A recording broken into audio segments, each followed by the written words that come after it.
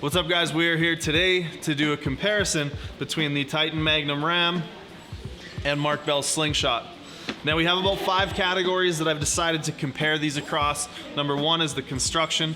Number 2 is the numbers. Number 3 is the groove or feel of using them. Number 4 is going to be the cost. And number 5 is sort of a wild card category, which is a unique characteristic that makes each of them more appealing. So first off, we'll talk a little bit about the construction of the two. As you can see, the Slingshot is all flat and the sleeves are in line with the chest plate. It's made out of that same sort of Slingshot material that I think we're all somewhat familiar with.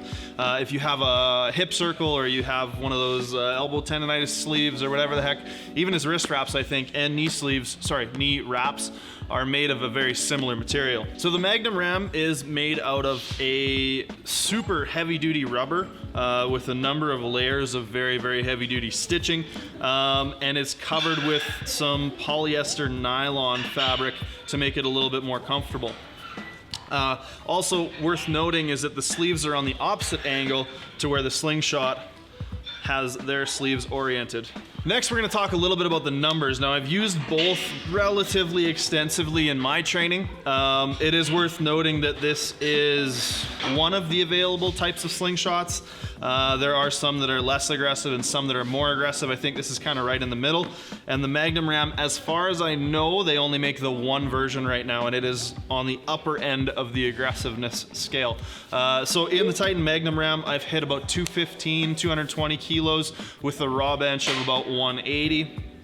In the Slingshot, I've hit at most, I believe, 195.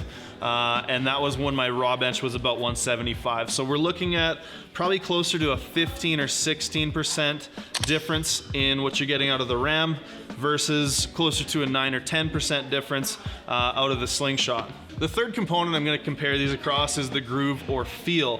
Now, with the Slingshot, I find one of the things that the Slingshot does is it kind of just allows you to bench exactly like you would raw.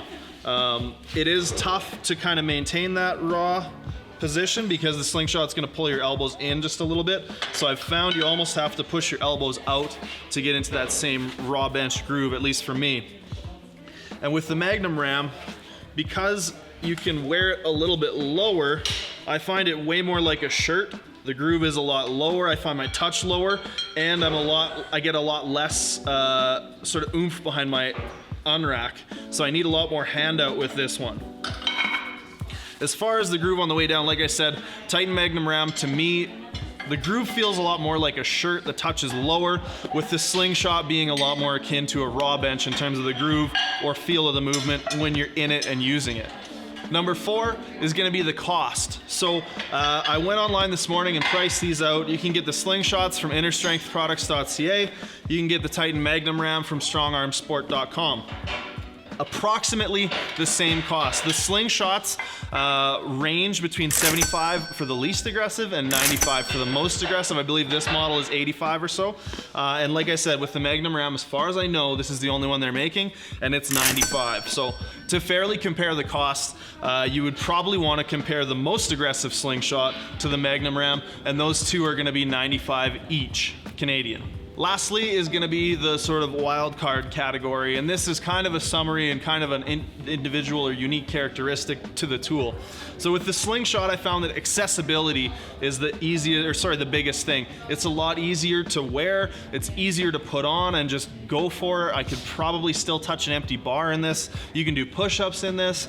So accessibility is a big thing. I think anybody could throw a Slingshot on and work with, less than their max for a large number of reps or a little bit over their max. With the Magnum Ram, on the other hand, I definitely don't think I could touch an empty bar. It's quite aggressive.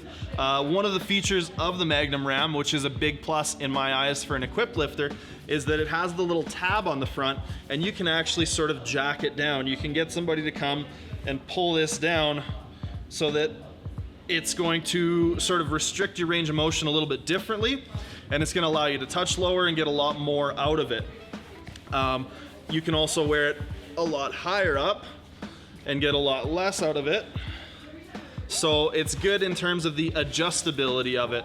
However, I do believe that if you're just starting out in powerlifting, first off, if you're just starting out in powerlifting, you can probably just go ahead and bench press. You might not need either of these at all.